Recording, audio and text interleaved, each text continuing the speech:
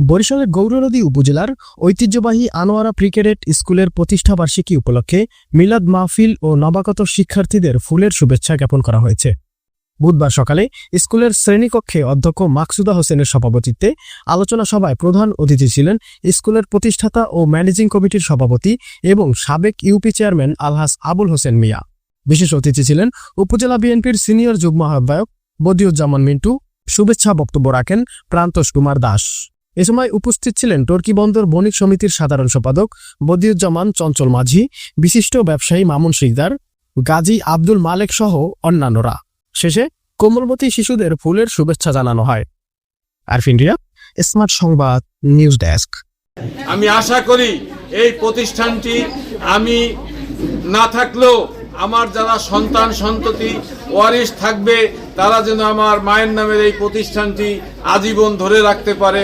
আপনারা সেই সহযোগিতা করবেন।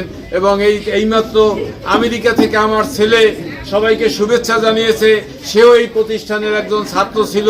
সুতরাং আমরা চাই এই প্রতিষ্ঠানটা দিন দিন উন্নতি হবে, আপনারা আমাদের পাশে থাকবেন, এই আশা রেখে আমি আমার বক্তব্য শেষ করছি।